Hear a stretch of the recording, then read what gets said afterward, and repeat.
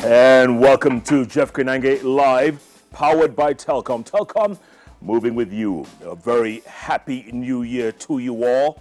And since we're still all in holiday mode, that's right, most of us haven't gotten back to work yet and you're still in that mode, we still want to talk about issues. One issue that a lot of people have been involved in today, and you may know someone who knows someone who knows someone who's an alcoholic or a drug addict, and you don't know how to deal with them, especially during this holiday period. My guest today is a man who literally snorted, sniffed, drank, inhaled just about every drug and alcohol and brew on the planet. Did that for many years and lived to talk about it. Today, he is more than a decade and a half clean, and his mission, his life's mission, is to make sure that the next person gets some help. That's his mission. Guess what? He does it literally for nothing. He doesn't have funding. He's not given any money by anyone except a few of his patients and clients. That's it. But he's determined to make sure that one person is saved from alcoholism and drug abuse. And he comes from a pretty prominent family. His mother, a former Sister Minister Grace Ogot, some of you may know. His father, Professor, academician, Dr. Bethwell Ogot. He's their firstborn. Listen to his story. Listen carefully. It'll shock you. And maybe wake up the consciousness of a nation. David Ogot is my guest tonight. David, good to see you. Hi, Jeff. Welcome, nice brother. Welcome. Thank you. Your story has to be retold and retold and retold. I think, because a lot of people don't know or realize very late or too late when things happen. So, let's go back. Before we come here, let's go back. How did it all start? Basically, I started in first form. I was in Lenana because I couldn't talk to girls. So my peers, you hang around the groups you hang around with. Guys showed me that, girls like tough guys. And tough guys smoke cigarettes and drink alcohol. So the first time they told me that, I'm looking and I'm saying, no, my dad said that if you smoke, you'll get cancer and die. And I don't want to die. So there out goes the smoking. The drinking is for adults. And I don't want to disrespect my folks.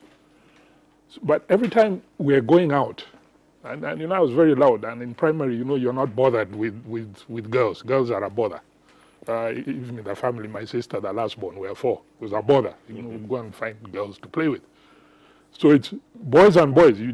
I jump from a tree, a branch, somebody jumps from a higher branch, jump from a wall, etc. So it's guys. But towards standard 7, and standard 7 is where we ended, and then you go to Form 1, suddenly a girl is looking at you and your heart is beating in a different way.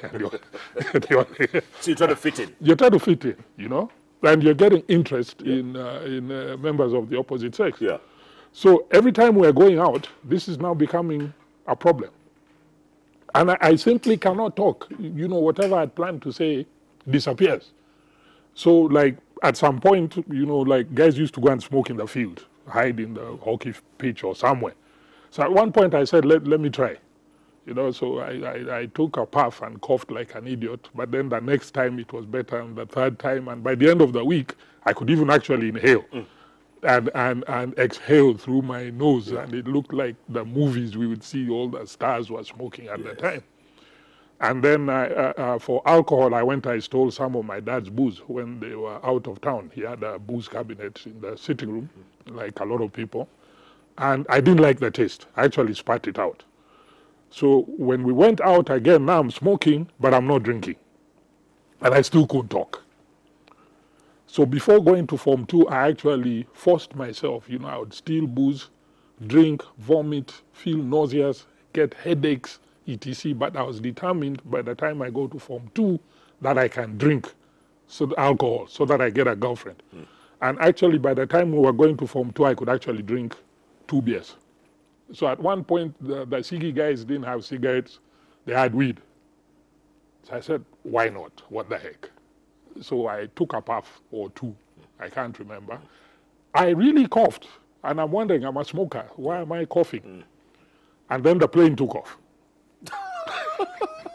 In your head? In my head. The plane took off. Yeah. And I'm the pilot. Yes. But, Jeff, I'm seeing a mountain, and I'm saying, you know, I need to stay around the mountain. The plane decides to go through the mountain. In other words, the plane was doing, I was not in control. No. This is the bangi now. This is the bangi now working on me. Yeah. And it's like I'm out of my body and I'm seeing myself and I'm saying, do this, but I cannot do what I'm telling myself. And at one point I said, God, if you help me land this plane, I'll never enter it again. And it actually comes down to land and you're about to unbuckle and it takes off again. Oh.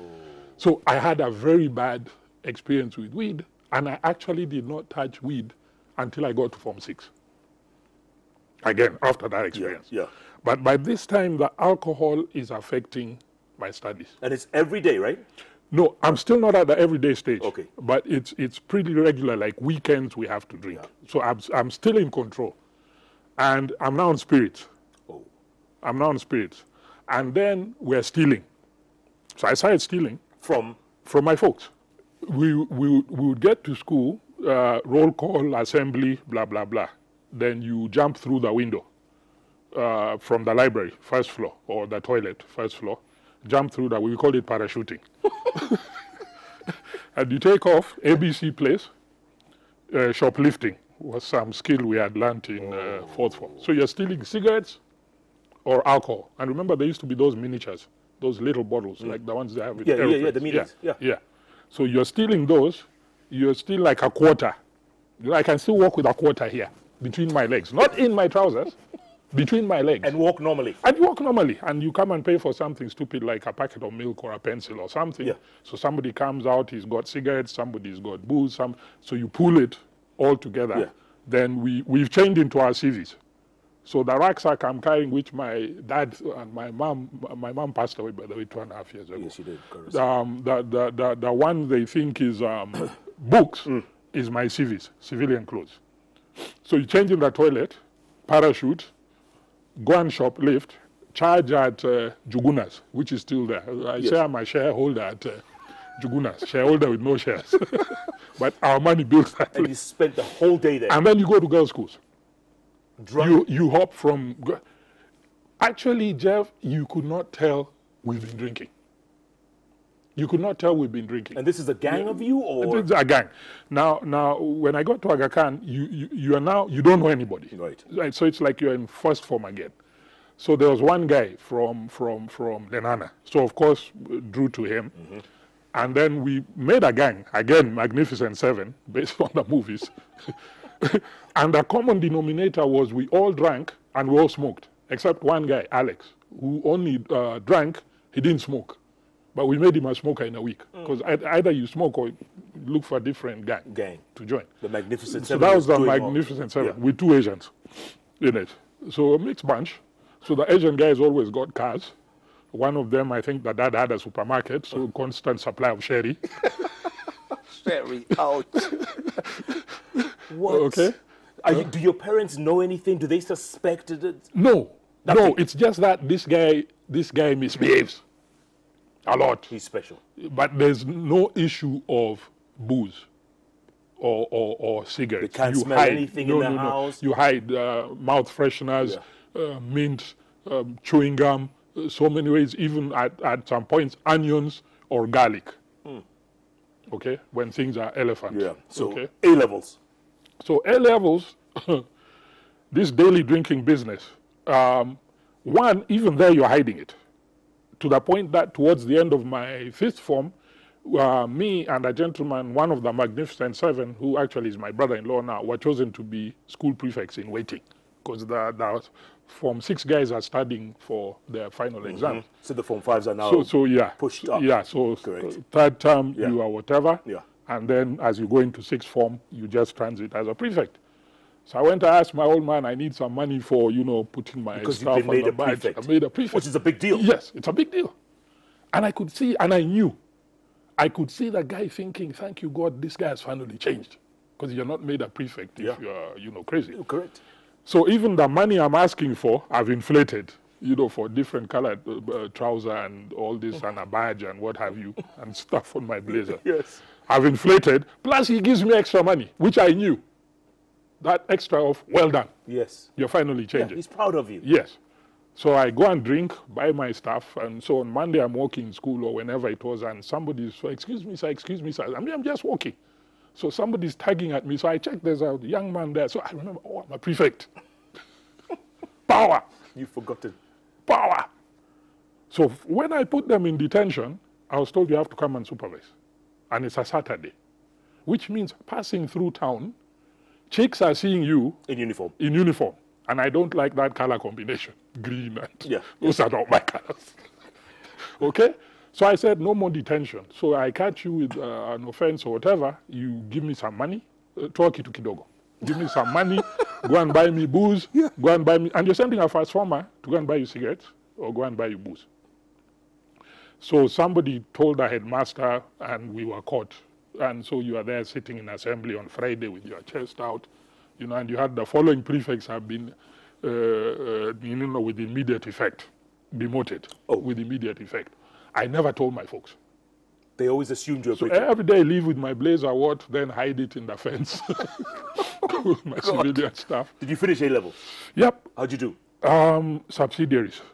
No principals? Subsidiaries, Yeah. I don't know. That means you All didn't right. pass, you didn't fail. Right, you were just there. It proves I did All right, A-levels. we're going to take a break, come back, and talk about India.